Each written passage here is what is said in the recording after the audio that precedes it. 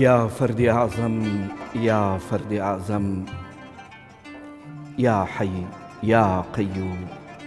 يا فرد أعظم،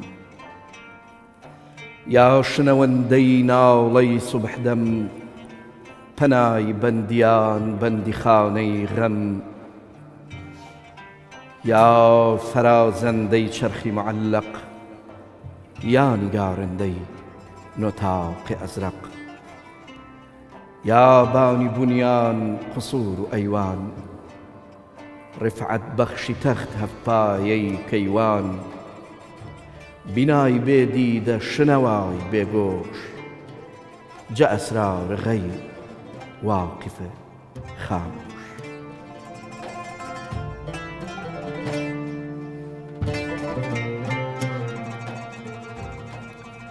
بێ هەمتا و بێ میسل بێ شەریک بێ باک، جە عەیب مبەڕا جە ئالایش پاک، نەقشبەند تەخت نەقشبەند لەوح سەحیفەی هەستی، نەشئە بەخشجا باودەی سەرمەستی، نیزام دەهەندەی ئەڕواح جە ئەجسام، تەرکیب کونەندەی ئەعزا و نەئەندام، بەماو و خورشید خەلعەت بەخشی نور، نمایندەی سۆ لە شەوی دەیجوور. بسم الله الرحمن الرحيم. وإذا سألك عبادي عني فإني قريب أجيب دعوة الداع إذا دعان. كاتێک بەندەکانم لێت ئەپرسن دەربارەی من نزیکم، وەڵامی داواکاری دەدەمەوە کاتێ داوام لێ دەکا. لە شەوێکدا کە باران دەبێتە زمانی ئاسمان، لە کاتێکدا کە فرمێسک دەبێتە وشەی دڵ، لە ساتێکدا کە هەموو بوون خەریشی پاڕانەوەیە، ئێمە لێرەین تا قوڵ ببینەوە لە جوانترین زمانی گفتوگۆ لەگەڵ خوددا، زمانی دوعا و پاڕانەوە. وەک ئیمامی غەزالی دەفەرمێ، سەیرە زمانمان فێری هەزاران و شەبووە، فێری چەندین زمانی دنیایی بووین، کەچی زۆر بەمان هێشتا نازانین چۆن لەگەڵ خوددا بدوێین. سڵاوی خوای گەورەتان لێبێ بینەرانی ئەزیز و خۆشەویست. زۆر خۆم بە خۆشحاڵ زانم کە لە ڕازێکی دیکەی بەرنامەی ڕازی دڵان لەگەڵ میوانەکەم مامۆستای بەڕێز و خۆشەویست مامۆستا جەمیل عوسمان بە ئێوەی ئازیز و خۆشەویست ئەگەمەوە. ومێ دەخوازم بتوانین چەمکی دوعا ئەم شەو لە نێو هەناوی نزا و پاڕانەوە ئەو قەلبیانەی کە وا ئەکەن دڵمان ئاوێتەی نوری ئیلاهی ببێ و عشقمان سەرڕێژ بێ لە حزوری حەزرەتی حەق. بە ناوی ئێوەی ئازیز و خۆشەویست و ستافی ماندوو لە ناسی ئەم بەرنامەیەوە زۆر زۆر بە گەرمی بە خێرهاتنی مامۆستا جەمیلەکەم. یاخوا بە خێر بێ قوربان، باس بۆ جەنابی سەر چاومان هاتی. واسەلامەتان کە شەوتان خۆش بێت. خۆشحاڵم خزمەتان. یاخوا بە خێر بێ ئێمە زیاتر. مامۆستا جەمیل زۆر جار باس لە چەمکی دوعا ئەکرێ، بەڵام پیاوێکی گەورەی وەکو ئیقباڵی لاهوریە فەرمێ ئەگەر بتانەوێ کەسێک بناسن و بزانن بای چەنە، تەماشای دوعاکانی بکەن، بزانن لە دوعاکانی ئەڵەچی. ئەمە بێگومان یەک دنیاشت لە پشتیەوەیەتی. ئایا ئەم کەسە کەسێکی خۆویست و خودخوایە، تەنها هەر بۆ خۆی داواکا و تەنها هەر لە فکری خۆیایەتی ئەو دوعا تەقلیدیانەی کە وەکوڵێ ئینسانێک ئەیکا هەر بەڕاست چەمکی دوعا و مەفهومی دوعا ئەمەیە؟ بە ناوی خۆی بەخشندە و میهرەبان، درود و سڵاو بۆ سەر پێغەمبەر و ئال و یارانی. سپاس بۆ جەنابەت بۆ بەرنامە جوانەکەت، بۆ کەناڵە بەڕێزەکەتان، لە حەزوری تۆ بینەرانی ئازیزی کەناڵەکەتانە، و بۆ وەڵامی پرسیارەکەی تۆ ئەوەی کە ئیقباڵە فەرمێ، هەر بۆ ئیزافی ئەوە یەک لە پیاو باشانە فەرمێ، من کاتی ئەمەوێ لەگەڵ خوا قسە بکەم دوعاکەم، و کاتێک ئەمەوێ خوا لەگەڵ ما قسە بکات قورئانە خوێنم. قورئان لە نوتق و لەفزی منایە، ئەما لە مەدلول و مانادا خوای و مخاطبەی منەکە سبحانه وتعالى. هەرەو قسە زۆر تەواوە، ئینسان بەقەدەر گەورەیەک دوعاکانی تعبیر و گزارش لە خۆیەکە. کاتێ ئینسان دوعاکە لەگەڵ خوار ڕاز و نیازە گۆڕێتەوە. بەڵامی تر ئەگەر گەڕێنەوە پێناسی دوعا چییە و چەمکی دوعا چییە لە ڕوانگە قورئانیەکەوە و لە ئەوەی کە بەرگوێمان کەوتو بەرچاومان کەوتو لە سیرە و ژیانی پیرۆزی ڕەسوولی خوا و ئەسحاب و ئال و یاران و ئەولیاء جوانترین پێناسە بۆ دوعا هەرەوەیە کە پێغەمبەری خوای کە صلی الله علیه وسلم کە فەرمێ دوعا چەکی دەستی باوەڕدارە کۆڵەکەی ئاینە نوری ئاسمانەکان وسەویە. الدعاء سلاح المؤمن وعماد الدين ونور السماوات والأرض. عشان ترى فرمي شارقي بندايتي الدعاء مخ العبادة. وايا دعاء آسانترين ناسكترين خيراتين ريقي روشنا بروخوا. دعاء لو شو ندا كاركا كيشتكي تركارناك. دعاء قاتا منزل مقامك يشتكي تربيناك. أما هم الرشي هي لديني يما. دعاء براستي يما أجر بزانين دعاء يعني شيء وشنواري دعاء شيء ما نمد لكاني دعاء شيء قرآن كافية بو أوي السوراخ يبكي مزانكين دعاء شيء بو كي دعاءك كي دعاءك بو دعاءك هم معنا بابتن براسي قابل أول مناقشة بكرين. طبعا معلومي جنابته أستاذ جان إنسان ببنداياتي الأخوان زي كبيته أي بشي الأخوان دورة كبيته بجناح بمعصية دعاء دواي بندايتين يا دعاء خوي خودي بندايتيا دعاء أو بشي لبندايتي كتشيجو لذتي هي بمرجو إنسانك شيء كدعاءك بزاني بو دعاءك وبزاني كي دعاءك ولا كيودا دعاءك وشتانا زوجرنجن وكو زور بابتي تري ديني بداخل وزور بين مسلمان لما بدا باش حالين نبون شاوروانەکانی ئێمە شتێکە فەلسەفە و ماهیەتی دوعا شتێکی ترە. ئێمە تقریباً تۆزێک بازاڕیانە مامەڵەکەین یعنی بڵێ پەیوەندیەکمان دروست کردووە لەگەڵ خوایە کە میکانیزمی بازار پەیوەندیەکە لە جیهانی هەستی و مەحسوسە کە تۆ ئەتەوێت لە مقابلی مادەها عەرض و طەڵەب هەیە لە ئیقتصادە ئەوەنیە لە بابەتی فقها يعني أوي أم بابتي دعاء بابتك بيوندي بجهاني معنوي هي معلومي جنابته إنسان بقونا حد ولا كيف تقول الأخوة آخر ناكرت ولا مودايك يدوروها هوارك تداواك الأخوة وكو عارفانا فرمي جناح سيجورة ونيا جناح بقشتيان ظاهرين باطنة ظاهر الاسم وباطنة جناح كان من هندي كان جسدي هر جناحي كتو جسد أنجامي أدا بيوتا جناحي جسدي وكو كابرا قتلك دزيك فاحش أنجام دا هاني لبنا حكاني إما نفسين أوهم حسد وكبر أنانيتا بخوا براجان لسبري أم دينا بتك من داتا شي ولا نفسي خومان لبتقيه بالقورة ما بدز نفس ما نو مبتلاي قلنا حكاني نفس عرفاء لين واز هنا لقناها كاني جستد زور آسان هو أنت تاقنا حكاني نفس كري ميداني واز لحسادة بينه ما بدز حسادة ويجير ما أخوار دوا ها حديثك الرسول خواه فرمي إيه وكاتي سبحان الله أكن بهر سبحان الله يقدرختك تن بهشتا بيدري أصحابه تن جاخو أجر وابه بحكاني باش ما داقير كريم بيغمبري خواه صلى الله عليه وسلم فرمي بو تن سبحان الله زوركي فرمي نا إيه وشتك تانيها مو بخانة سوتيني شيء حسادة كاتي جناحي نفس اشتكي زور خطرك بيت اللمبر لبيني تو لبيني زاكاني تو خوادا سيم جناح كاني ضله جناحي قلب قولتنا والله كم من أني أهلي ضلوا جناحي قلب بريت لو جناحاني لما جرى عشق ومحبة هدروس به في غنبران سلامي إخوان للسربية لجناحي جسدي ونفسي معصوم أما لجناحي ضلت معصوم نبوه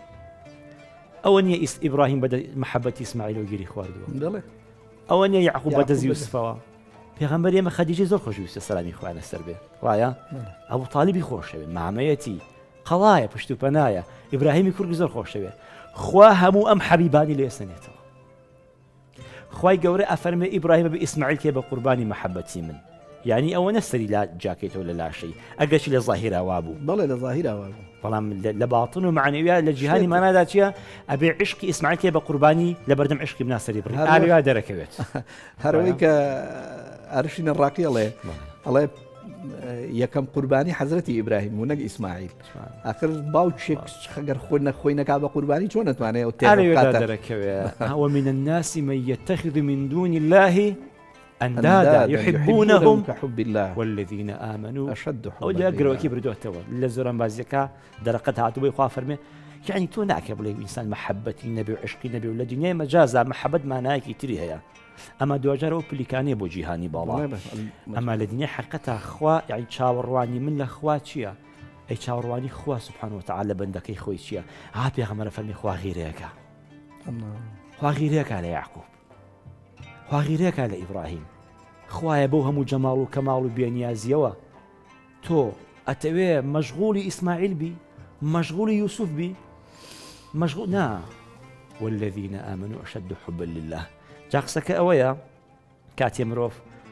لم قناهانا ابتلايت شبيه يشيك لو دروازه ودرقاني اللي أقرته ولا إخوة دعايا يعقوب أقرته بدعايا أقرته ولا إخوة إبراهيم بدعايا أقرته بيغمري إيما صلى الله عليه وسلم كاتك أوهم حبيبي لدس أدات لما كي مكرمة دريا كان بۆ کوێ ڕاوێنی ئەڕوا بۆ تائیف لەوێش وەری ناگرن ئوستاز بێنێ پێشچاوی خۆت ئەو مەشهەدە پێغەمبەری خوا ئەفرێن دە باشەوەکو وەرم ناگرن با خەڵکی مەکە و قوڕیش نەزانمتان دەرکردووە ئەگاتە حاڵەتێک ئیتر لەسەر زەوی خوا سێبەرێنە پێغەمبەری خوا تیا بشووە ئەوەشی لێ قبوڵ ناکەن هەرچی خەڵکە هەرچی و پەرچی بێ ڕێزەکەی شار هەیە ئەی خەنە شوێنی بەردەبارانیەکەن کە دوایش دێتەوە ئەڕاتە سێبەری دارێک باخی عوتبە و شەیبەیە كينا لدلو سرسختلين دجمني خو رسولي خوان وكاتب بيغمري خواص اسمكو زيد فرميه لسيراهات وخزري بقجواني هنا وباسا افرميه لسبري درختك قراخي برجينا كا بيغمري خو يسيب شويه با كاواسري هالبر عتبو شيبه بينيه فرمي زيد وكين طبعا عتبو شيبه الي يا بيغمري خو هسي بزيدي بطاقتي زور هسي بكزولي خويا الي يا افرميه دعاء قولك في غمر إخوائي اللهم إليك أشكو ضعف قوتي وقلة حيلتي وهواني على الناس إلى من تكلني أفرمي أمن دا بكزولي دعاء كرد دسكاني ولا كربو آسمان أتبو شي ببزيان في هاتو وتين عداس بولا تريبو برزر قناح علي يا أخوي قول فريشتي غضب أن يريا فريشتي شاخة كان أن يريا عندي قالين أزاني على شي بيغمر إخوة فريشتا وقل صحيح كان ولا سيرة هاتوا تۆ سی دڵدانەوە کە کاتێک کەسە دڵی شکاوە و سکاڵاو بۆ ئێنێ تۆ چۆن وەڵامی بدەیتەوە تۆ سی خوا بۆ عەزەمەوە چۆن وەڵامی حەبیبەکەی خۆی داتەوە إن الله أمرني أن أطيعك فيهم نافرمي خوا هاتووە خوا فەرمانی کە ئیطاعەی تۆکەم رەسول إن الله أمرني أن أطيعك فيهم ده فەرمانیم پێکە باو شاخە بڕۆ خێنم بەسەریان دا فەرمی ئالی ڕەسوولی خوا زانێ خوا فەرامۆشی نەکردووە بۆ لەوێ ئەو مندە دڵی شکاوە لو سر زەویە پانوبرینا جێگەیەک نەماوە ڕەسوولە نازدارەکەی خۆتیا پشوو بدات هاتووە هیدایەتیان بە دەستیان نەگرێ بۆ بەهەشت بۆیە فەرمێ اللهم اهديهم فإنهم لا يعلمون خۆخوای گەورە و شاخە ناڕوخێنێ بە سریانە یەکەم ئەوەش ئیمتیحانێکی تر بۆ پێغەمبەری دووهەم بۆی بزانێ خوا فەرامۆشی نەکردووە وەی بەڵام پێغەمبەری خوا صلی الله علیه و سلم نا خودایە من نامەوێت لە ناویان بەری من بزانم تۆ منت بیر ماوە فراموشي نكردو إن لم يكن علي غضب فلا أبالي شنجوانا أعوذ بنور وجهك الذي أشرقت له الظلمات وصلح عليه أمر الدنيا والآخرة تاكو تاي معلومي جنابته علماء جرى فرمن دعاء سي مقامي مقامي كم أويا دعاء كيتو أبل لبلاك ولا لناخوشكت قورة تربية ياخذ لخواستك ولا دعوة كاريكت قورة تربية أو كاتجيب جيبه مقامی دوم ئەوەیە دوعاکەی تۆ گەورەتر ناکاتە ئاستی ئەوەی کە تۆ داوایەکەی ناگاتە ئاسی بەڵاکە دوعاکەی تۆ لای خوا پێی مەئجووری دڵدانەوەیە خەمەکەت سووکەکە برینەکە و ساڕێژەکە بەڵام چاوەڕێ مەکە بەڵاکە و توش نەبێت مقامی سێهەمی دوعا ئەوەیە دوعاکەی تۆ بەقەدەر چاوەڕوانیەکە تۆ بەقەدەر ئەو بەڵایە تووشت بووە ئەبێ تا قیامەت تۆی گوناهبار دوعا بکەیت و ئەهلی دوعابی بۆ ئەوەی بەردەوام تۆ لەگەڵ بەڵاکانە دەستەویەخیت و شەڕەکەی نەخزیت هەر بە حاڵ بەسە بە ئەوەی ها یوسف پێغەمبەر کە لە زیندانەکە لە بە هاوڕێکە لێگە چوویتەوە لای عەزیزی میسر باسێکی من بکە بڵێ یوسفێگێ بەڵام یادێکمانکە لای ئەو کرد خودایە من تۆم بیرچوو نا یعنی ئینسانە بێت لە حەزەی خوای لەبیر نەشێ بۆی بەڵاکان توول نەکێشن نەسەری مامۆستا زۆر بەلام و گرنگە باسی جێکەوتەی دوعا بکەین، دوعا بەو مانایی کە وابزانم سێ قۆناغی هەیە ویان سێ جێکەوتەی هەیە کە یەکشان دوعای شوێنە، تۆ بزانین ینی لە شوێنێک کا دوعاکەی، یەکشان دوعای زاتە. ینی پێم خۆشە ئەمە بۆ بینەرانی خۆشەویست ڕوون بکەینەوە هەتا ئەوەی کە وەختێک یەشێک دەست بەرزەکاتەوە لە هەر جێگە و شوێنێکە بۆ بزانێ مەقسەدەکەی ئەگایان ناگا. زۆر جار ئێمە ئەڵێین ینی ئینسان معقول نییە ئەگەر گوڵێک هەڵوەی بۆ ئاسمان و شەقۆ بێتە خوارەوە، لابوو دەگەر گوڵت هەڵا هەر گوڵەکەیەتە خوارەوە. بەڵێ لەونێکی جوان سەزیان ئیمامی سنعانی لە سبل السلامە لە شەرحی بلوغ المەرامە کە شەرحی حەدیثەکانی ڕسوولی خوای صلی الله عليه وسلم کتێبێکی فقهیە باس لەوە ئەکا ئەفەرمێت دوعاکار نزاکار ئەبێت وەسیلەیەکی پێبێت کاتێشێتە حزوری خوا. تۆشی بۆ لای پاشا ئەگەر هەدیەک و پێبێ ڕوو دێ داوای لێ بکەیت. کاتێ ئەچی بۆ لای کەسێک خۆشتەوێ تەڵەبێک و لێی هەیە چەند خۆشە بەدەستەوە دیاریەک هەبێ. جوانە تەقدیم الوەسیلەتی على المەسئلە ئەو ئاوای نەمناوە ئەبێ وەسیلەیەکت پێبێ بەر لەوی مەسئلەکە داواکەی. جابگەڕەوە بە قورئانی پیرۆز لە هەر کوێ باسی دوعا هاتبێ مەسئلەیەک هاتبێ وەسیلەیەک لە پێش شەواردەوە هاتووە. ربنا إننا آمنا فاغفر لنا. فای تعقیبە وایە خدایە ئیمانمان هێناوە بە تۆ دەی بیکەرە وەسیلەی ئەوەی لێمان خۆش بی. ربنا إننا آمنا بما أنزلت واتبعنا الرسول فاكتبنا مع الشاهدين. ئێمە نوێژێکمان هەیە کە فەرزە لە سەرمان هەموو شۆڕۆژە پێنج جارێکین وایە لەم پێنج نوێژە حەڤە ڕکاتمان هەیە حەڤە جاتۆ لە حزوری خوادا یەک دوعا. نوێژ یعنی دوعا لە عەرەبیە وایە سەڵات یعنی دعاء يصلي في المحراب يدعو في المحراب. ئەو دوعا کاملە نوێژە خۆی گەورە بە ناوی ئەو دوعا و نوێژی ناوناوە اهدنا الصراط المستقيم. خدایە بۆ ڕێگە ڕاست و مستەقیمەکە هیدایەتمان کە ڕێنماییمان کە. پێشەوە باسی چێکە ئیاکە نەعبود و ئیاکە نەستەعین. خدای ئێمە عیبادەت بۆ تۆکەین کۆمەکیش لە تۆ داواکەین لە تۆش ڕێنماییمان کە بۆ ڕێگە ڕاستەکە. ئەوە ئەفەرمێ سەنعانی ئەوە وەسیلەیە بۆ ئەوی مەسئلەکە ڕووبێ داواکەی لە حزوری خوادا. ئەنجا دوای هەمووی ئەو شتانە ئەچیتە سوژدەوە ئەوە ئاخر داوای تۆیە. بۆیە پێغەمبەر خوا فەرمی نزیکترین لەحزەی بەندە لە خواوە چییە؟ أقرب ما يكون العبد من ربه وهو ساجد. سەبارەت بەو بابەتە ئوستاز ئینسان وتمانە بێ وەسیلەی هەبێ. وەسیلەی تۆ ئەوەی ئیمان و تەقوات هەبێت. وەلیەکانی خوا دۆستەکانی خوا کامانن ئەلا ئین ئەولیا الله لا خوف عليهم ولا هم يحزنون الذين آمنوا وكانوا يتقون. ويقول من كان مؤمنا تقيا كان لله وليا. بەڵام هەموو جارێ ئینسان ئەهلی ویلایەت نییە ئاگامان لێ بێ بەڵام دنیا دوعا و داخوازی هەیە لە خوا چی بکە هەر لەبەر ئەوەی ئەهلی ئیمان و تەقوانە دوعا نەکە. ئەمە وای کردە خەڵکی مەویست بێ. خەڵکانێک هەن مەویستن لە خوا بۆی دوعا ناکەن زۆر خراپە. خەڵکانێک هەن بێنیازن لە خوا ئەمە خراپترە. بێنیاز بوون لە خوا لە من پێویستم بە دوعاانە نایکەم. خەڵکانێک هەن بەگومانن لە خوا هەرسی هێر خراپە بەڕاستی. قسەکە ئەوەیە ئینسان کاتێک کە دوعا ئەکات وەک ئەوەی لە قورئانی پیرۆزە هاتووە خی گەورە باسی سێشتەکە وە لە سیرە سێشت واردە. یەکەم ئەبێ کاتی پیرۆزی بێت و تیا دوعاکەیت. ساتە پیرۆزەکان لە قورئانە هاتووە وایە سەحەر وبالأسحار يستغفرون والمستغفرين بالأسحار. أمن هو قانت آناء الليل يعني أوقات الليل ساعات الليل جوف الليل وایە بەڵێ جگەلەوە حەجیزاتە باسی و کە دوای ڕۆژوەکانتان کە ئیشکێنن دوعا بکەن. کاتێ ئینسان ڕۆژ و ئشکێنێ دوعاکەی گیرایە. بەڵام ساتێک لەوانە زۆر زۆر گرنگتر و گەورەترە ئەو کاتەیە کە مرۆڤ بە تەواویمانە ئامادەی ڕوحی هەیە لە حزوری خوادا. پیرۆستترین کاتی ئینسان و کاتەیە. حەدیثێکمانەیە فەرمی اتقوا دعوة المظلوم فإنه ليس بينها وبين الله حجاب. أفرمي